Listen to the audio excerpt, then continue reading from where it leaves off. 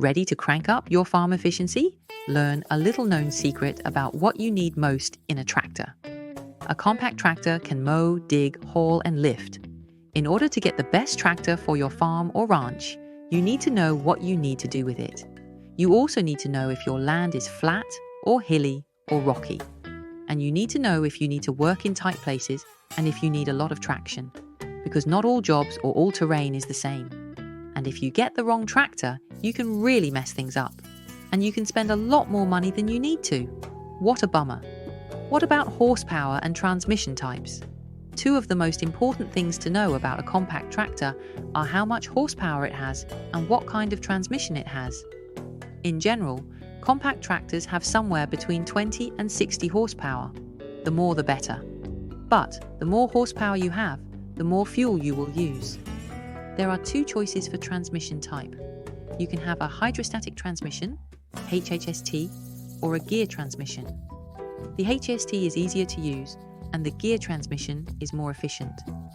The right horsepower and transmission type can make your tractor work better and save you money on fuel. It can also save you a lot of time and grief.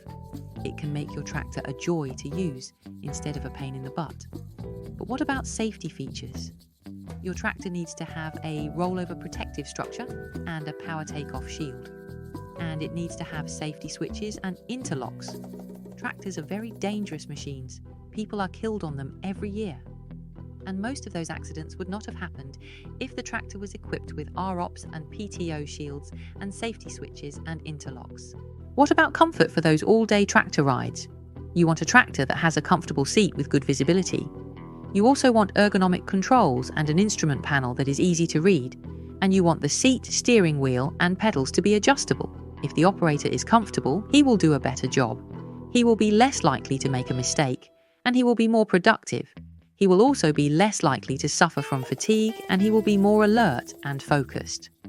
How can you make sure that the tractor you buy will work with the attachments you need? You want to make sure that you can get the attachments you need and that they are easy to hook up and unhook. You also want to make sure that your tractor has a quick attach system. This makes it much easier to switch from one attachment to another. You can really use your tractor for a lot of things if you have a front-end loader and a backhoe and a box blade and a mower and a tiller and a post hole digger and a wood chipper and a snow blade and a... But how easy is it to maintain your tractor? Check to see if there are grease fittings and filters that are easy to reach and that the engine is easy to get to for oil changes. You also need to know if there is a dealer or service center in your area and if parts are easy to get and if they are in stock. The easier it is to maintain your tractor, the less downtime it will have and the longer it will last. And if something does go wrong, it will be a lot easier to get it fixed. In other words, you will be more productive. What about the brand and warranty? Why would you want to buy a no-name tractor from some unknown company?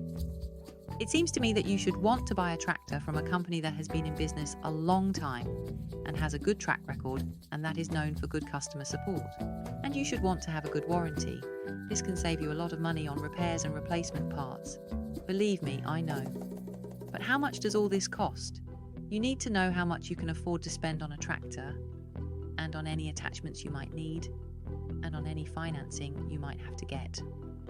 And you should also think about the resale value of the tractor if you decide to sell or trade it in or upgrade it, or this will probably be the most important factor in your decision.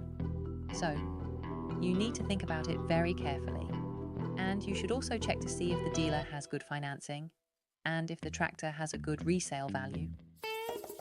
What legal and environmental issues are there? You need to make sure that the tractor meets all local emissions regulations.